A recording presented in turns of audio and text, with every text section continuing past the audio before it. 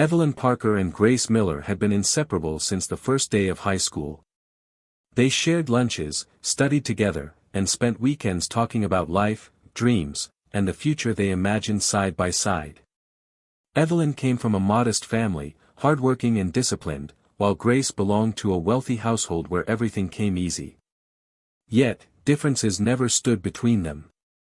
Evelyn admired Grace's confidence, and Grace trusted Evelyn's honesty.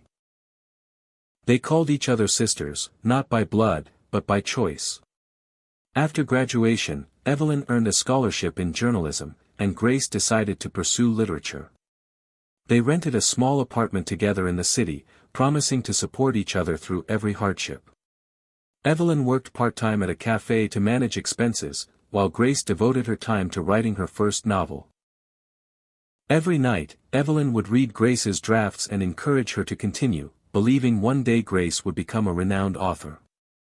One evening, Grace received an invitation to a national writing competition with a large cash prize and publishing contract for the winner.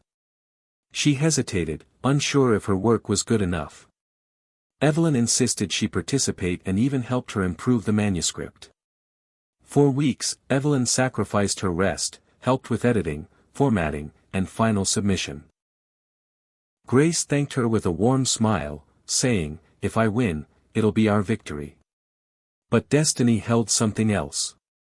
Weeks later, Evelyn returned home to find Grace gone.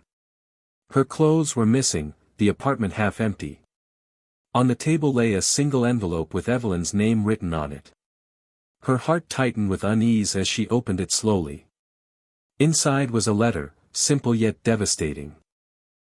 Grace had submitted the novel under her own name alone, won the competition, signed a publishing contract, and left for another city with the prize money and fame. No mention of Evelyn. No credit. Just a cold line at the end. "Thank you for everything. I had to choose myself." Evelyn stood in silence, realizing the person she trusted most had traded friendship for success. And that was the moment her story of betrayal began.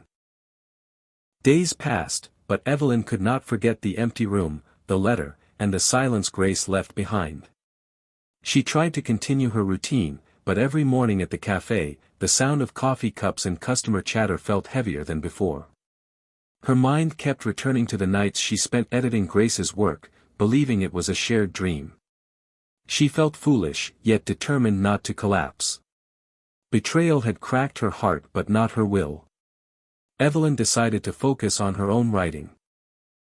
She opened her old notebook, pages filled with scattered thoughts, interviews she once planned, and articles that never reached completion. She spent late nights at her desk, typing relentlessly. Her work reflected truth, stories of people unheard, stories of trust gained and lost. Slowly, she submitted her articles to local magazines. Rejections came first, many of them, but she learned, improved, and wrote harder. Eventually, one of her articles on social injustice was published, and it received attention. Editors contacted her for more work. Step by step, Evelyn started climbing a ladder she built on her own. Meanwhile, Grace was everywhere, on news channels, book covers, interviews. She spoke about struggle, passion, and how she wrote her novel alone, never mentioning Evelyn. Although her success spread fast, Evelyn refused to let bitterness consume her. Instead, the betrayal fueled her ambition. She remembered Grace's parting words, "I had to choose myself," and whispered to herself, "Now I choose me." Months later, Evelyn received an invitation to attend a national journalism gala as a nominee for Best Young Writer. It was the same stage Grace had won her award on. The irony wasn't lost on Evelyn. She prepared her speech, not for revenge, but for victory earned through honesty. On the night of the event, the hall glittered with writers, publishers, and reporters. Cameras flashed, applause echoed, and among the crowd stood Grace, confident yet startled when she saw Evelyn walking in with grace and poise of her own. Grace approached with a smile that trembled slightly. "It's been a long time, Evelyn," she said. "Yes," Evelyn replied calmly. "Long enough to learn who truly stands with me." The air around them tightened. Grace opened her mouth to speak, but Evelyn turned away to take her seat. The next moment would decide much more than just an award. It would decide the worth of loyalty and the weight of betrayal. The ceremony began, and names of nominees echoed across the hall. Evelyn sat silently, hands clasped, heart steady. She had walked through the fire of betrayal and now stood on the edge of her new life. When her category was announced, the hall dimmed, and the spotlight fell upon the stage. The presenter opened the envelope slowly, dragging suspense like a thin thread. And the Best Young Writer award goes to Evelyn Parker. Applause erupted. Cameras flashed like lightning. Evelyn stood, composed yet overwhelmed, and walked to the stage.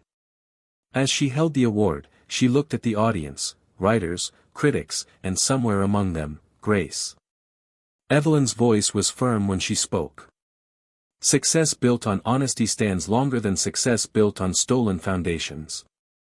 I once believed trust was permanent, but life taught me that even the closest hands can let go. Betrayal hurts, but it also teaches us who we are without the people we leaned on. I thank those who supported me, and those who didn't.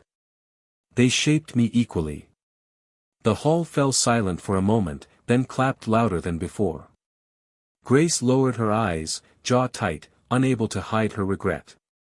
Her fame had begun to fade recently, reviews turning critical, publishers demanding new work she struggled to produce. The story she stole was the only spark she had, and it was burning out. After the event, Grace approached Evelyn again, this time without the pride she once carried. "Evelyn," she whispered, voice unsteady, "I made a mistake. I shouldn't have left. I shouldn't have taken your work. If you're willing, maybe we can work together again." Evelyn looked at her for a long moment, not with hatred, but with clarity. "You chose yourself when I stood by you," she replied. "Now I choose my future, and it no longer needs you in it." Grace's eyes filled with silent remorse as Evelyn walked away, not in anger, but in victory. The betrayal that once broke her had become the reason she rose. Evelyn left the hall into the night air, cold yet refreshing, carrying her award like a promise. She didn't need revenge. She had something stronger, success earned, respect deserved, and a life rebuilt on her own terms. And that was her closure.